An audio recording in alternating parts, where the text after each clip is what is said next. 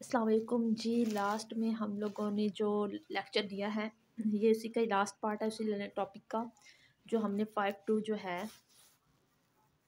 ये 9 to 14 जो lectures थे उसके ये में से ही ये लास्ट टॉपिक वाले का जो है टॉपिक है ये। इसमें हम लोग डिस्कस करेंगे मेंडल्स एक्सपेरिमेंट। ऊपर मैंने आपको जेनेटिक्स जो है वो डिस्कस करके समझा दी थी।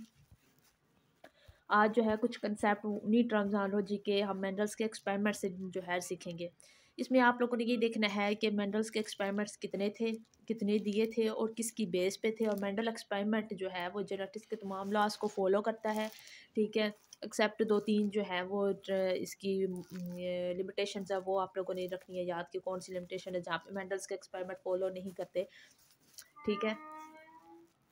तो मैं आपको जहाँ पर सिंपली जो है जो उन्होंने पिक्चर्स बनाई हुई हैं उन पिक्चर्स और एग्जांपल्स के ज़रिए मेंडल्स के लॉ जो है वो समझाऊंगी। आप लोगों ने इसकी रीडिंग अच्छे से कर लेनी है और ये वीडियोस गौर से सुन लेनी है। एक दफ़ा सुनने से ना समझ आए बार बार सुन लीजिएगा। तो मेंडल्स के लॉ जो है वो आप किसी और भी बुक से कर सकते हैं जहाँ पर भी लिखे हो, आपको बस कंसेप्ट इसका क्लियर करना है। मेंडल्स के जो लॉ थे वो बेसिकली कौन कौन से थे? Mendel's law of dominance, Mendel's law of segregation, Mendel's law of independent assortment. ये इसके बेसिकली 2 थे, 3 जो थे ना लॉज थे। अच्छा, पहला जो लॉ है मेंडल्स लॉ ऑफ डोमिनेंस, इसने कहा था कि अगर एक ही मिसाल के तौर पर अगर एक हमारे पास ट्रेट है, उस ट्रेट को कंट्रोल करने के लिए हमारे पास डिफरेंट अलील्स हैं, तो उन दोनों अलील में से एक डोमिनेट करेगी, जो पीछे भी मैंने बताया है। मिसाल के तौर पर अगर आई कलर्स को कंट्रोल करने के लिए, ठीक है, आई कलर क्या है? एक करेक्टरिस्टिक है। आगे आई कलर के अंदर 2 ट्रेट होंगी, एक ब्लैक कलर भी हो सकता है, ब्लू भी हो सकती है आई का जो है वो कलर। अब इनको कंट्रोल करने के लिए इसकी अलील अलग होगी लेकिन इसकी अलील अलग होगी। लेकिन इस एक ट्रेट को अगर कंट्रोल करने के लिए एक से ज़्यादा अलील होंगी, वो दोनों अलील्स में कंपटीशन होगा। दो जो समझाने के लिए कंपटीशन कह रही हूँ, उन दोनों में से जो डोमिनेंट आ जाएगी ना, ठीक है, तो वो उसमें से एक ही हमेशा डोमिनेंट आएगी जो कि इसको जाके कलर देगी, इसको डोमिनेट करेगी, दूसरी जो होगी वो रिसेसिव होगी। तो इसको वो कहता है कि when an organism have 2 different alleles for a one trait, one alleles will be dominant. इसको लॉ ऑफ डोमिनेंस बोलेंगे, ठीक है। दूसरा उसने बोला था कि लॉ ऑफ सेग्रीगेशन। आगे इनकी एग्जांपल्स भी समझाएंगे। इसने कहा था कि जब गैमेट फॉर्मेशन बनती है ना डिप्लॉयड ऑर्गेनिज्म के दरमियान, ठीक है, the pair of alleles form a particular trait separate और segregate to the formation of gametes in meiosis.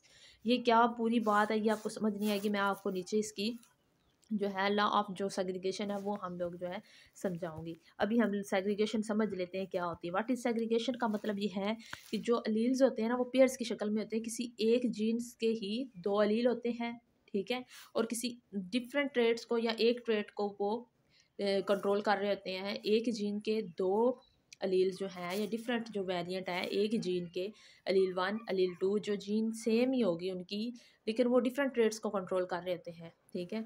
वो अलील जो होते हैं वो मियोसिस के दरमियान एक दूसरे से सेपरेट होके सेपरेट गैमेट बना देते हैं। मसलन सेग्रीगेशन हो जाएगी, सेग्रीगेट हो जाएंगे। मिसाल के तौर पर ये हमारे पास डिप्लॉयड ऑर्गेनिज्म किसी का एक का क्या है, डिप्लॉयड ऑर्गेनिज्म है, इसमें हमारे पास क्या है, होमोजाइगस जो है हमारे पास क्रोमोसोम पड़े हैं, जाइगोट बना पड़ा है, या फिर कह लें कि ये हमारे पास अभी जाइगोट नहीं है, ये वो जाइगोट जाइगोट से पहले जो है ये मेंटल गैमेट फॉर्मेशन है, ठीक है। मिसाल के तौर पर ये मदर है ना, तो इसके अंदर एग किस तरह बनेंगे या फिर ये स्पर्म किस तरह बनाएंगे, कितनी किस्म के एग बनेंगे। मदर जो है वो डिप्लॉयड है, ठीक है, उसके अंदर डिप्लॉयड क्रोमोसोम्स की तादाद है। जब वो सेग्रीगेट होकर 2 जो है बनाएगी उसके अंदर क्या चले जाएगी, double double number of he chromosomes चले जाएंगे। फिर क्या होगा, ये मियोसिस होगी, मियोसिस से ये आगे 2 से क्या, मियोसिस का तो पता ही होगा ना, उसमें haploid number of daughter cell बनते हैं, तो ये हैप्लॉयड नंबर ऑफ बनी है। ये सेग्रीगेट होकर एक इसमें गया तो दूसरा इसका ये जो पार्ट है वो सेग्रीगेट होकर अलग गैमेट में चला गया। सिमिलरली ये 2 क्रोमोसोम से एक सेग्रीगेट होकर इधर आ गया, एक सेग्रीगेट इधर आ गया। तो ये सेग्रीगेट होने का मतलब ये है अलग अलग गैमेट, ठीक है। ये वर्स क्या, ये मदर के अलग अलग क्या हो गए, 4 उसने एग बना दिए मुख्तलिफ इकसाम के।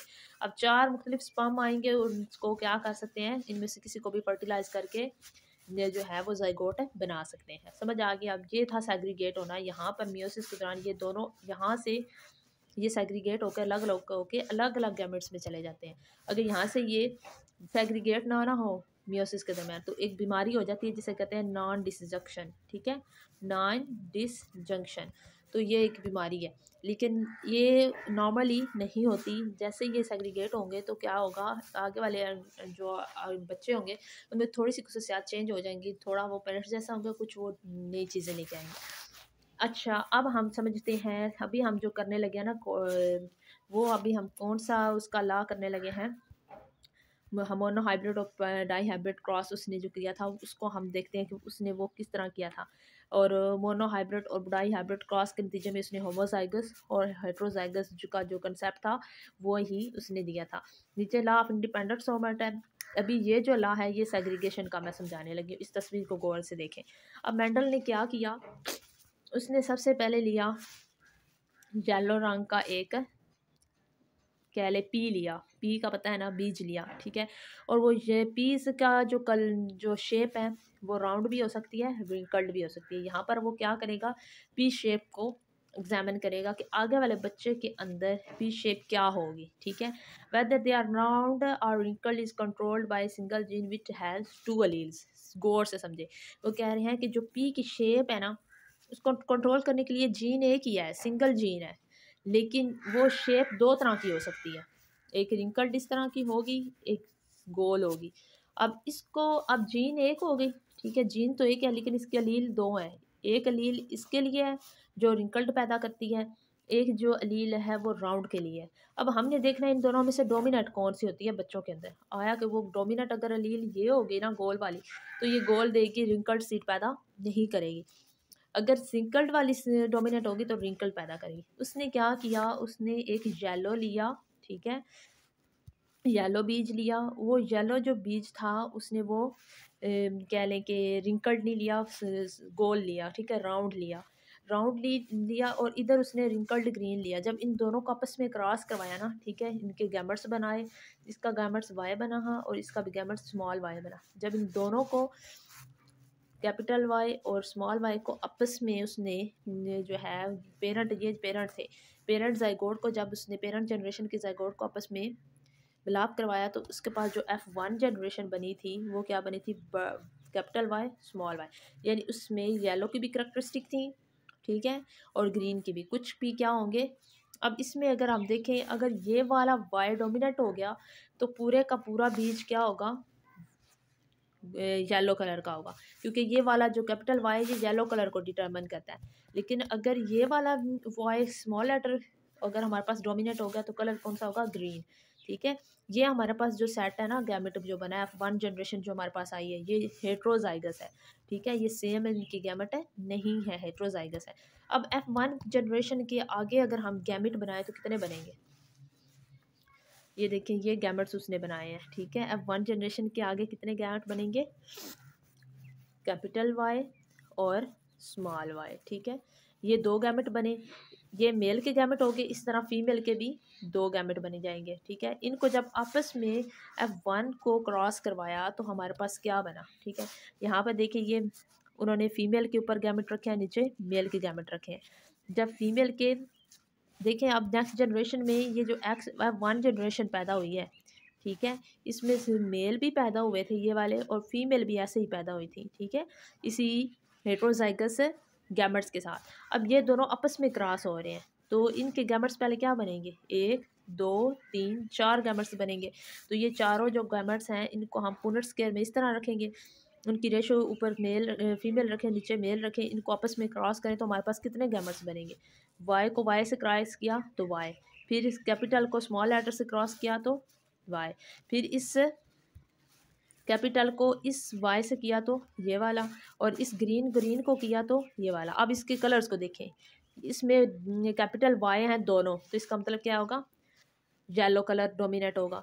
इसमें भी देखें, एक वाई बड़ा है ना, तो ये बड़ा वाई ही डोमिनेट है, तो इसका कलर भी येलो ही रहेगा, चाहे जीनोटाइप में उसके पास स्मॉल वाई ग्रीन कलर का है लेकिन ग्रीन कलर रिसेसिव हो जाएगा, डोमिनेट नहीं होगा। इसी तरह इसके पास भी क्या है, ये भी, इसका भी येलो ही कलर होगा। अब जो दो वाई है ना, जब ये आपस में मिले हैं तो इन्होंने जिसकी जीनोटाइप वाई वाई हुई है वो ग्रीन आया। अब इसकी रेशो देखें, जो लॉ ऑफ सेग्रीगेशन थी उसमें उसने रेशो क्या दी थी, याद रखिएगा, उसमें उसने रेशो दी थी 3:1। फिनोटाइप जो रेशो थी वो 3:1, यानी 3 की फिनोटाइप सेम होगी।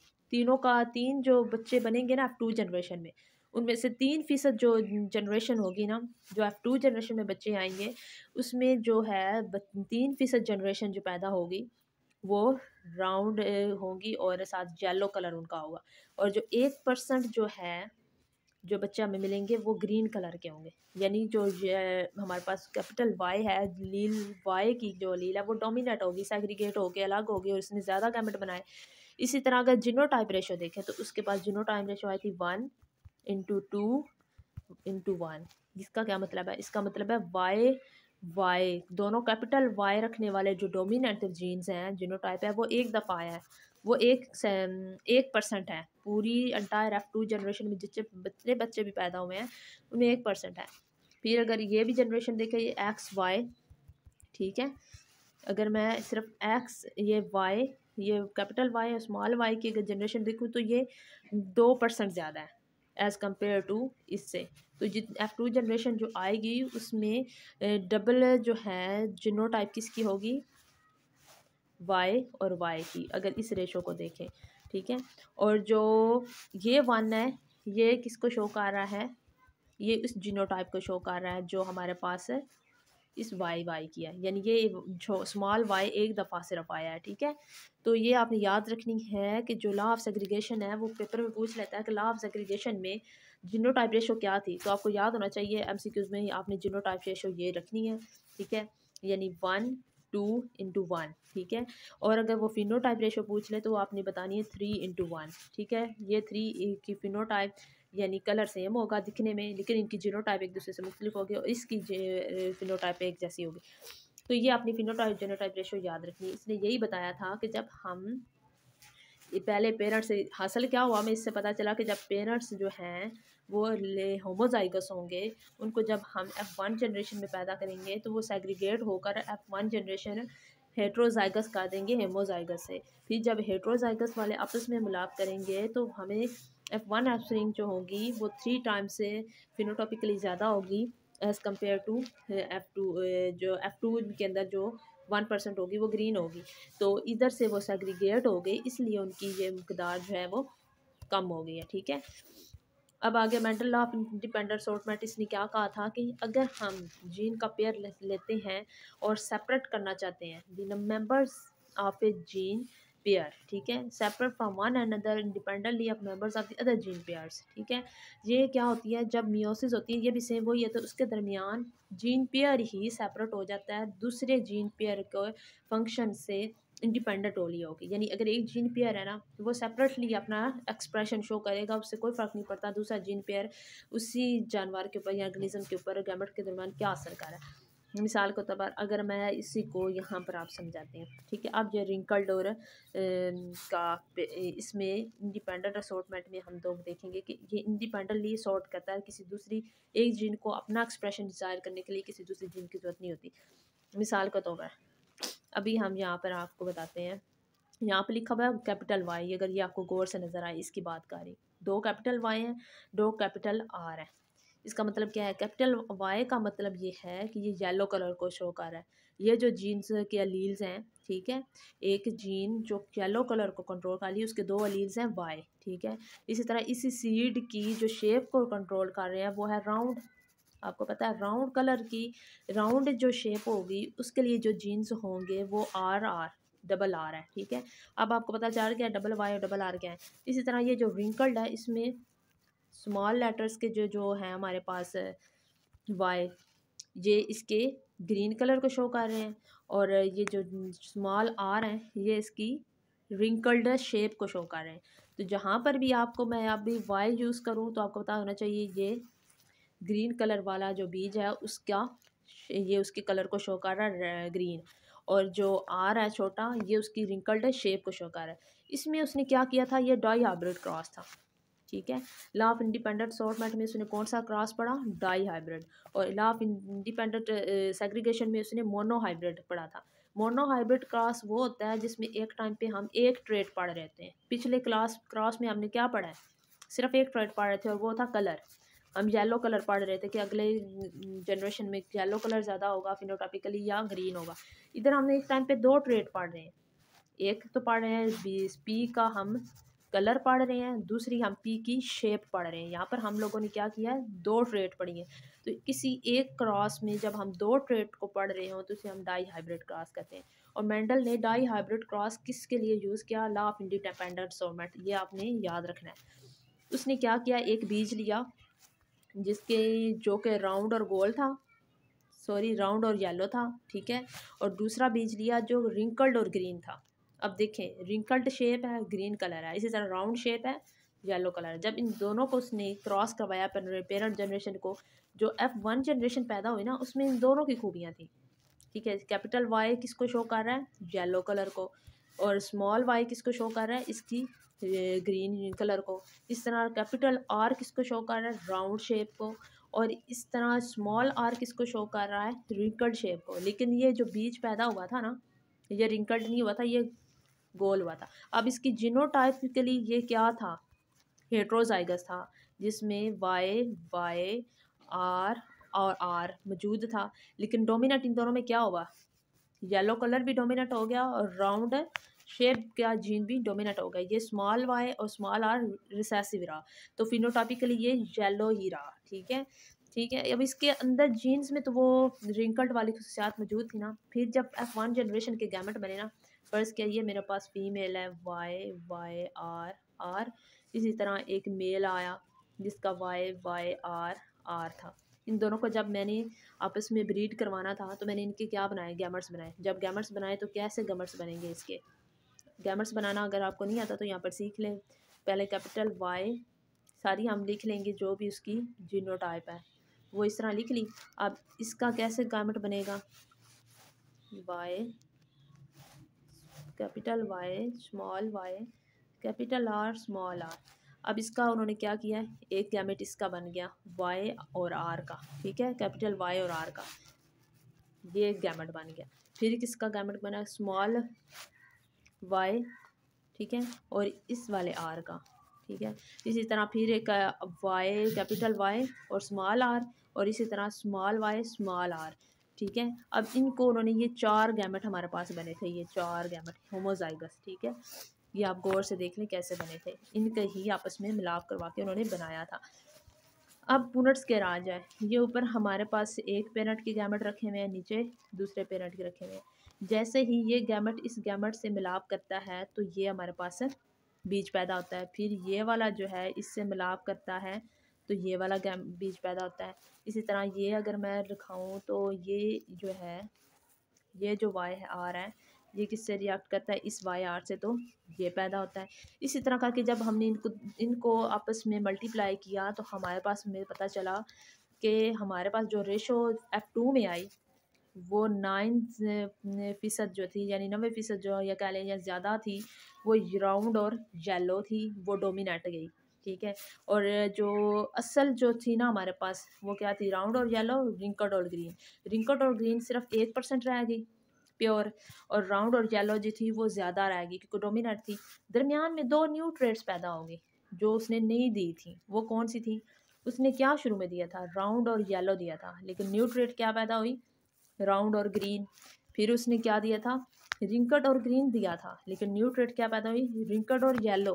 वो मिक्सअप होकर मिलाप होकर न्यू जनरेशन इंडिपेंडेंटली पैदा होगी, तो इसे बोलते हैं लॉ ऑफ इंडिपेंडेंट असॉर्टमेंट। अब इसके साथ 9 लिखा हुआ है, ठीक है। 9 का क्या मतलब है, 1 2 3 4 5 6 7 8 9 10 11 12, ठीक है। अगर हम देखें को राउंड और येलो कलर का जो बीज है वो कितनी दफ़ा है, 1 2 3 4 5 6 7 8 9 है, तो इसकी रेशो 9 टाइम्स ज़्यादा आ रही एज़ कम्पेयर टू अदर्स, ठीक है। और राउंड और ग्रीन कितनी दफ़ा है, 1 2 3 टाइम्स। इस तरह रिंकल्ड वाला कितना आया, रिंकल्ड और ग्रीन येलो 1 2 3, वो भी 3 टाइम आया। और सिर्फ असल जो रिसेसिव शुरू से आ रहा है, जो हमने प्योर डाला था रिंकल्ड और ग्रीन, वो सिर्फ कितनी दफ़ा आया है, रिपीट हुआ है एक बार। तो आप याद रखना, जो genotype ratio sorry phenotype ratio law of independent assortment में अगर वो आपसे पूछ लेता है what is the phenotype ratio in the independent assortment, law of independent assortment, तो आपने याद रखना है 9 3 3 1, यानी ओरिजिनल की एक की 9 आई, ओरिजिनल वाले की एक की 1 आई, बाकी जो न्यू ट्रेड्स पैदा हुई वो 3 3 रेशो में आई हमारे पास। ठीक है, तो आपने ये वाली चीज़ें इस भी लेक्चर को गौर से दोबारा सुन लेना, क्योंकि वाइट बोर्ड नहीं था तो मैंने इधर से ही जो दी हुई थी पिक्चर उसी को एक्सप्लेन किया अकॉर्डिंग टू योर सिलेबस। तो इनकी जीनोटाइप मुख्तलिफ हो सकती है। इस देखिए ये जो येलो वाले थे इसमें जीनोटाइप जो है वो ग्रीन वाली और रिंकल्ड वाली भी थी, लेकिन वो क्यों एक्सप्रेस नहीं हुई येलो में, क्योंकि वो डोमिनेंट नहीं थे, रिसेसिव थे। बस यही बात उसने अपने एक्सपेरिमेंट से सारा कुछ समझा दिया। तो ये आपके लेक्चर्स हमारे पास कंप्लीट हो गए हैं। नेक्स्ट वक्त दीजिए मुझे इजाज़त। अल्लाह हाफिज़।